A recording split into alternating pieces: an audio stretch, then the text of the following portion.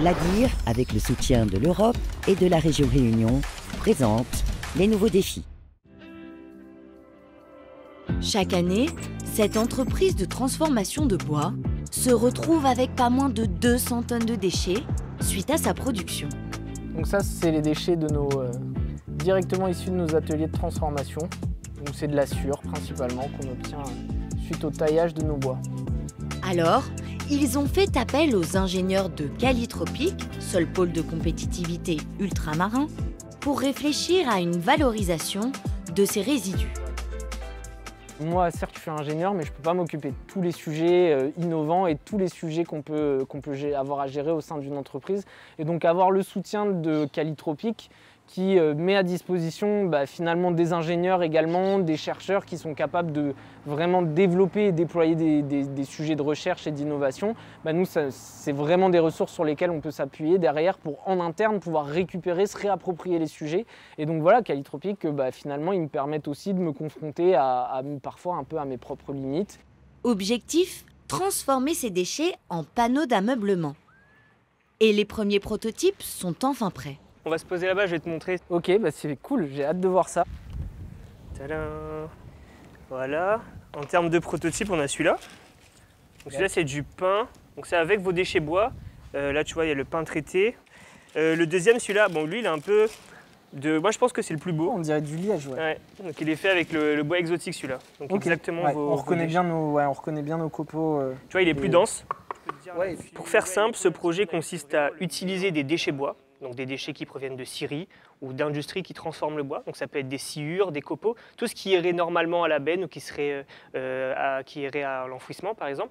Donc on va réutiliser ce bois qui a encore une grande valeur pour en fabriquer des panneaux. Donc ces panneaux-là sont utilisés de manière générale dans l'ameublement, dans la construction. Donc nous, notre rôle, c'est de fédérer un petit peu les acteurs autour de l'économie circulaire. Donc là, on est vraiment sur l'économie circulaire. Et bien évidemment, il y a de la recherche scientifique. Après, notre but, c'est de donner envie en fait, aux entreprises par des petites études comme celle-ci, pour qu'elles puissent après se saisir des projets.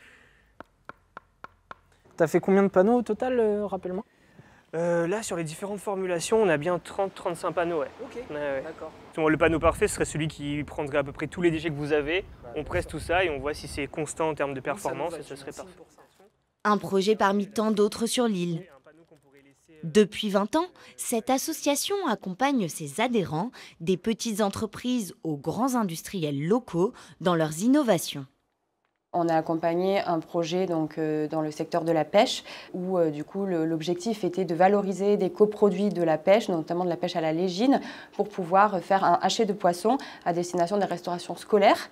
Ensuite, dans le domaine par exemple agricole, on a accompagné l'association de Sainte-Rose, donc l'association Paré, sur l'identification et le montage d'un dossier de financement. On a accompagné l'éco-conception d'emballage, par exemple avec Brasserie de Bourbon sur le travail autour des bouteilles. On a aussi travaillé avec Bourbon Packaging, qui est un fabricant d'emballage à La Réunion, pour essayer de travailler sur la filière plastique. Il y a pas mal de choses des fois qui sont appliquées au niveau du national ou même au niveau de l'Europe qui ne sont pas applicables à La Réunion. Donc voilà, c'est comment on s'adapte à tout ça, comment on met l'innovation de territoire régional en place pour pouvoir faire en sorte d'innover et d'avancer à notre façon et de la façon qui correspond aussi à nos territoires et nos problématiques. Valorisation, financement, marketing, le pôle de compétitivité met à disposition ses ingénieurs pour que les projets innovants deviennent des réalités industrielles locales. Créés en 2005, ils accompagnent désormais plus d'une trentaine de projets par an. À l'origine, Calitropic, c'était 2-3 personnes en fait, une directrice, un secrétariat et un ingénieur.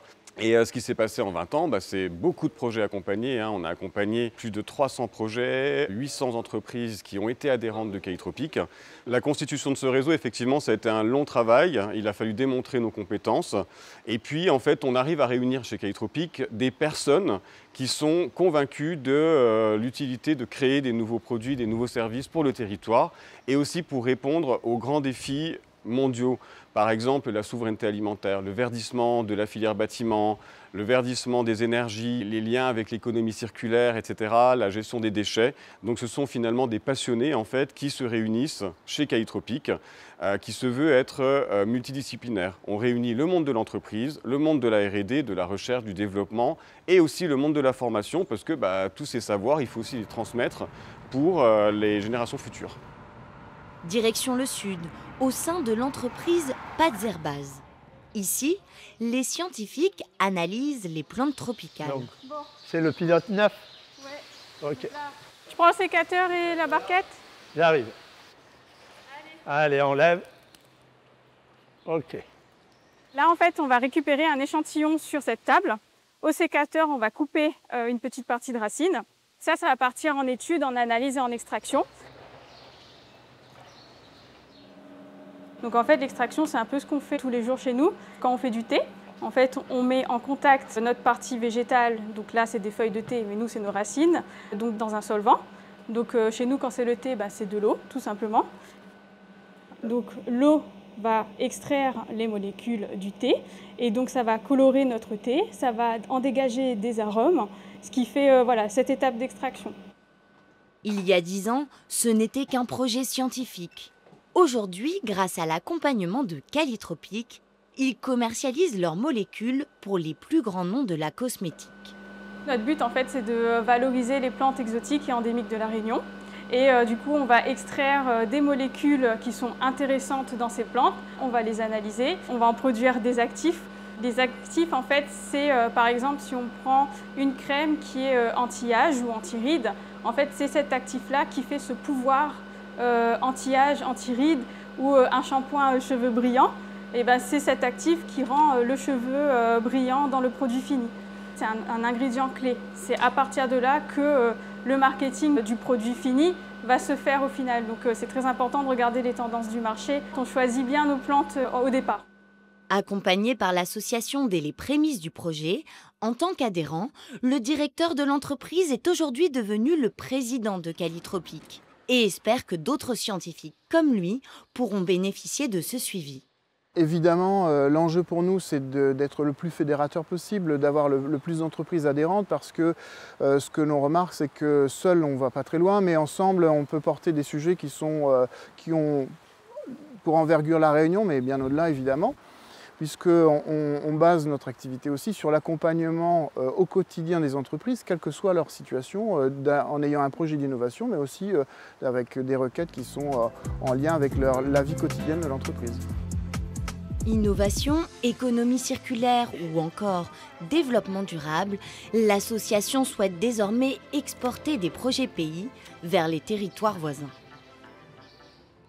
L'ADIR, avec le soutien de l'Europe et de la région Réunion, vous a présenté les nouveaux défis.